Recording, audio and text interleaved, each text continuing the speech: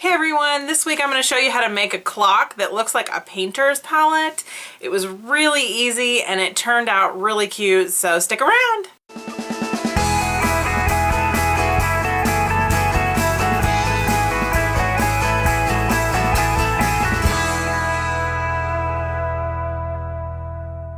Hey everyone, welcome to Let's Create Something Great. I'm Samantha. So I kind of have a thing for hand clocks. I looked around my house and I have like 5 of them. I also really like painter's palettes. Like, you know that little painter palette emoji?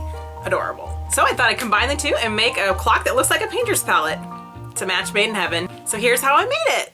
So first you're gonna need some white foam board, and I lightly traced the shape of a paint palette just in pencil. I just used an internet picture as my guide. Then just use an X-Acto knife to carefully cut out the shape. There will be some rough edges, don't worry about those. Just use a nail file or an emery board or some sandpaper to sand the edges down.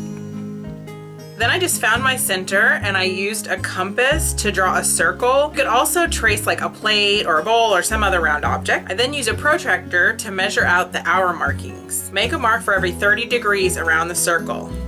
I started with 12, 3, 6, and 9, and then marked in between each. Hooray for using my geometry. Then laid out my paint colors using the color wheel as a guide. Then I just went around and mixed each of the colors together in between to create the red orange, orange yellow, yellow green, etc. until you have all 12 colors. And you don't have to do the color wheel. You can do whatever colors you want. I just like the symmetry and simplicity of the color wheel. The magic of mixing and creating colors is just beautiful to me. Preferably, let it dry overnight. Unless you're impatient like me, you can go ahead and put the clock on there while it's still wet. Just be careful not to touch the paint. Using a pencil, just poke all the way through the middle and then assemble your clock according to the manufacturer's instructions.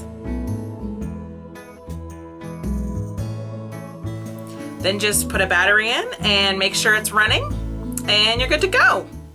Well, that's it for today, you guys. I actually ended up making a second one just plain to actually use for painting. I was thinking about buying one of these, but this is gonna work just fine. And if once I get used up, I can just cut out another one. So what a great way. I mean, it's a lot cheaper than buying a regular one. And if you're just a beginner painter like I am, this is perfect. So I'm excited to actually use this as an actual painter palette. I hope you guys have a great week. If you like this, give it a thumbs up. Let me know if this is something that you enjoyed. Leave a comment below if this is something that you might make yourself or if it inspired you to do something. I really want to know those things.